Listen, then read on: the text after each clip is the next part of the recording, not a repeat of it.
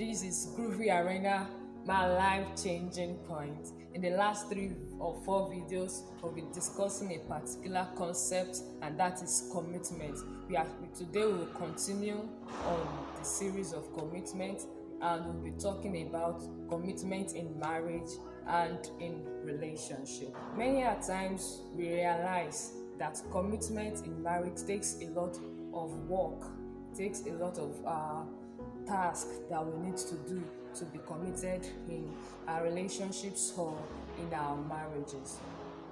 Every marriage or relationship at one point or the other is full of ups and downs. It's not always a bed of roses. There are some instances where things happen, there are kind of misunderstandings, there are conflicts in relationships and in marriages, so we cannot sideline that. However, we need to stay committed in our marriages, in our relationship, just to make them work. Okay, marriage relationship, they come in different sizes, come in different shapes, come in different manner, depending on the kind of personality or the two partners that are trying to come together to understand themselves. Commitment in marriage is also something that is totally different from while you are dating or while you are courting. You know, while you are dating, you go out, you hang around, you go to restaurants, you eat, you do so many things, you laugh, so many things. But when you enter marriage, it is something different entirely. Those things might not actually come up again, but yet you need to have a way to stay committed in your marriage. We'll be discussing about the levels of commitment in marriage and how to build your commitment in your marriage or in your relationship. You may look at this topic as this topic that is related to married people alone. No, people who are young can watch this video to learn.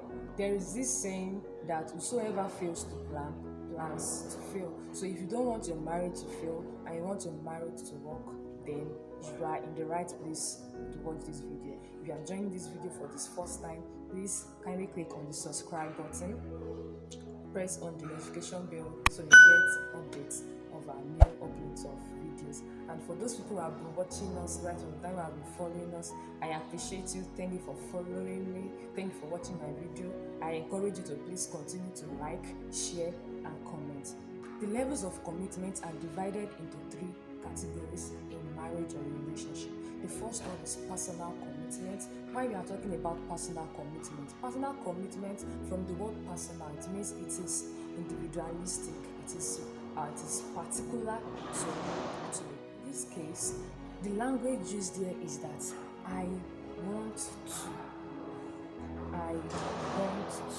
Now, when you are talking about you want to, it's something that is a matter of determination, not because your parents forced you to make your marriage work, not because of the society forced you to make your marriage work, or because of your belief. No, it's something different entirely. Just say, I want to make my marriage work. For example, we have people who live in polygamous homes, who their father married 2, 3, or more wives, and they have many children, but they that can determine in their heart that, okay, as for me, I just want to stay glued with just one wife. And if that person is determined, such a person will achieve it. Now, the second level of commitment in marriage or relationship is the moral commitment. In the moral commitment, it talks about your belief, it talks about one's values, it talks about one's moral standard. In this case, the language that is used is I ought to. That means, from the word I ought, it's something that person is not really sure, but because a person comes from a particular religious background, probably a Christian or a Muslim or any other religious background, as the case may be, they'll be like, in this my marriage, because God said that we should not divorce, because it's my belief that we should not divorce, that's why I'm not going to divorce my wife. So that is morals. Talking about morals, talking about values, talking about belief. That is, there is something attached to it which makes you to stay in that, not to stay in that marriage. Then the third one is the structural commitment. From the word structural, that means there are some circumstances, there are some conditioning that make one to stay in that marriage. And in that kind of commitment, the language that is often used is I have to. Probably I have to stay committed to my marriage because there's always a condition, because of my kids, because I don't want my children, because I don't want to be a single mother, because of the stigma that is attached to it, because I don't want to be a divorcee.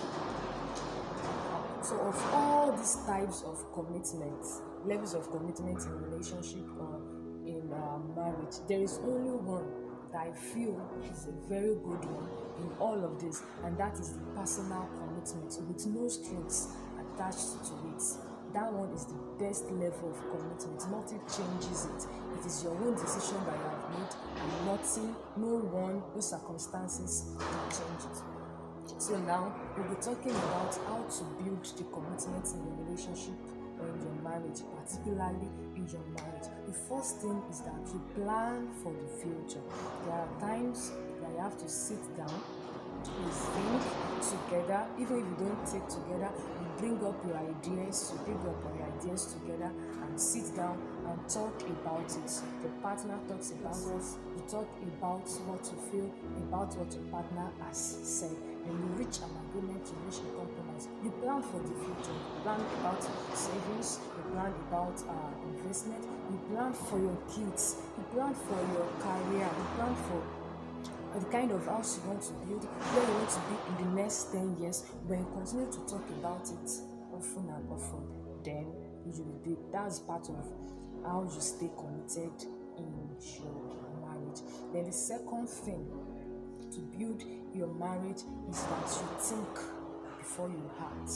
There are some instances that marriages have collapsed because some people do not know when to talk to their spouse. Probably they don't understand the mood of their spouse at that point in time, and they failed woefully in that aspect. So most of the time it is necessary that before you even give answers to your spouse pertaining a particular subject, you need to think about it, because you really need to know the kind of spouse that you are married to or which you want to get married to. You understand their temperament, you understand their mood, you understand their emotions, such that those words that you are going to say will suit their mood at that particular time. You are saying it to them. One important thing in this aspect is that you learn to communicate effectively. There is this saying that respect is reciprocal. So the same way you speak to your spouse is the same way you should get the response at the end of the day if there is nothing or there is no misunderstanding between you. So it is therefore important that you talk to your spouse or your husband or wife to be in a polite manner, not the way you are feeling at that point in time that you have to pour it out to that person. You have to be calm so that you're able to express yourself, so that you don't say the things or the words that you will regret at the end of the day. Then the third thing which I would like to add to how to build your commitment in your marriage and relationship is learn to appreciate your spouse. You discover and you learn to help your spouse. You appreciate them. For me, my husband is my number one fan, is my cheerleader. So even when I'm down and I feel like I can't do this anymore, he's solidly behind me, and it's a kind of inspiration and a motivation to me, and it helps me keep going. Now, if your husband appreciates you that much, also learn to reciprocate back by appreciating him back in return for all the good deeds he has done for you, so that he will continue to do them. If it is the hairstyle that you love, if it is the clothes that you love, don't try to not say anything about it. Feel free. It's your husband, it's your friend, it should be your best friend. So you talk about anything and you tell, oh babe, I like this, your ear is really good, then you realize that he's happy about it and he will do it again. So those are the ways you can stay committed in a relationship. Then the fourth thing which I would add is to involve God in everything you are doing in your marriage. God is never a third party. God is actually the first party. God, you, and your spouse. So for your home to stay together, for your home to last, there is one important personality that you should not leave behind, and that is God. Stay committed to God. Your husband will stay committed to God. You stay committed to your husband, and everything will be fine. I hope you have enjoyed this episode of Commitment Series. I hope to see you in my next video. Thank you. Bye.